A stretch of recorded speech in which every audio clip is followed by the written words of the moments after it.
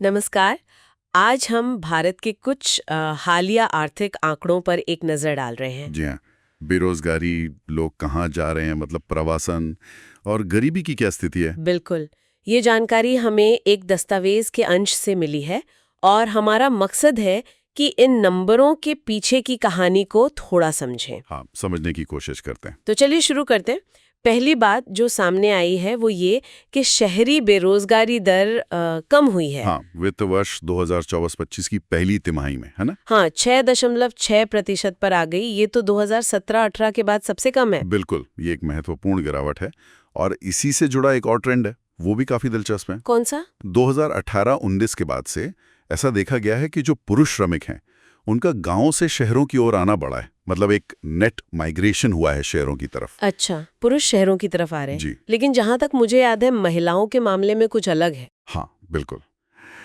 इसके उलट ग्रामीण महिलाओं का रोजगार बढ़ा है, लेकिन कृषि क्षेत्र में। ओह अच्छा, तो पुरुष शहरों में गैर कृषि काम की तरफ और महिलाएं ग्रामीण कृषि में। हाँ, और सिर्फ कृषि ही नहीं, स्वरोजगार में भी बढ़ोतरी हुई है अपना काम करने वालों में। स्वरोजगार में? जी, खासकर गैर कृषि कामों में और महिलाओं में ये रुझान ज्यादा मजबूत दिख रहा है। हम्म, तो ये तो मतलब श्रम बाजार की बनावट में ही बदलाव का संकेत है। बिल्कुल, काम करने के तरीके बदल रहे हैं, लोग अलग अलग सेक्टर में जा रहे हैं। सही बात है। तो एक तरफ शहरी बेरोजगारी में कमी, पुरुषों का शहरों की ओर आना, महिलाओं का ग्रामीण कृषि या स्वरोजगार में जाना। अब ये सब गरीबी के आंकड़ों को कैसे प्रभावित कर रहा है? यहाँ भी कुछ नई बातें हैं ना? हाँ हाँ, यहाँ एक बड़ा अपडेट है।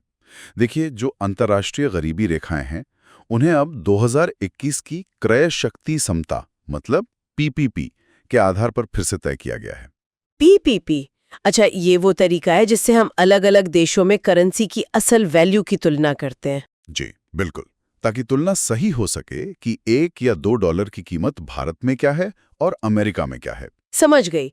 तो इस नए पीपीपी एडजस्टमेंट के बाद गरीबी रेखा बदल गई है। हाँ, जो अत्यधिक गरीबी की रेखा थी, जिसे पहले $2.15 प्रतिदिन माना जाता था, वो अब करीब $3 प्रतिदिन हो गई है। अच्छा, $3 प्रतिदिन। जी, और इस नए मानक के हिसाब से अगर देखें तो 2022-23 के लिए भारत में जो अतिरिक्त गरीबी दर है वो अनुमानित है 5.3%। 5.3%।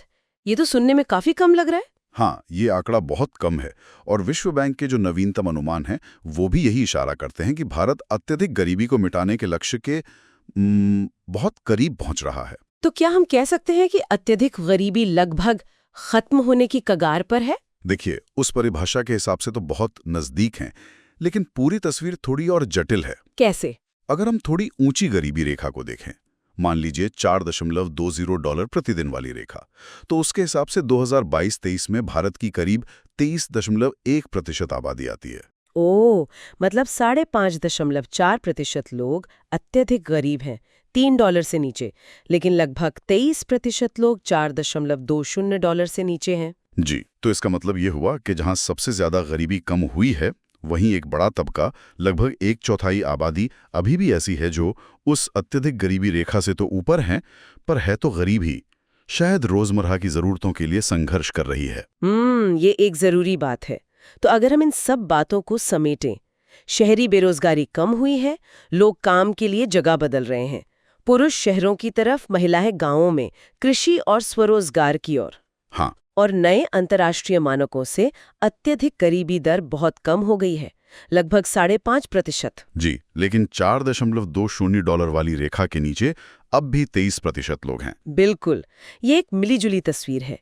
सुधार दिख रहा है, लेकिन चुनौतियां भी साफ हैं। हाँ, और यहीं से वो अहम सवाल उठता है जिस पर शायद हमें सोचने की जरूरत है। क्या सवाल? देखिए, एक तरफ हम अत्यधिक गरीबी को खत्म करने के बहुत करीब पहुंच गए हैं, जो बहुत बड़ी उपलब्धि है। हाँ, बिल्कुल। लेकिन दूसरी तरफ ये लगभग 1/4 आबादी है जो उस निम्नतम रेखा से तो ऊपर आ गई है, पर आर्थिक रूप से अभी भी काफी कमजोर है, वल्नरेबल है। सही कहा। तो सोचने वाली बात यह है कि इन लोगों के लिए जो अत्यधिक गरीबी से तो बाहर हैं लेकिन अभी भी गुजारा मुश्किल से कर पा रहे हैं, उनके लिए किस तरह की मदद, किस तरह की सामाजिक सुरक्षा या आर्थिक सहायता व्यवस्थाओं की जरूरत हो सकती है। ये वाकई एक अहम मुद्दा है। मतलब सिर्फ अत्यधिक गरीबी रेखा पार करा देना काफी नहीं है। शायद नहीं। उनकी आर्थिक स्थिरता कैसे सुनिश्चित हो, ये शायद आगे की चर्चा का एक बड़ा विषय होगा। बिल्कुल, इस पर सोचना जरूरी है।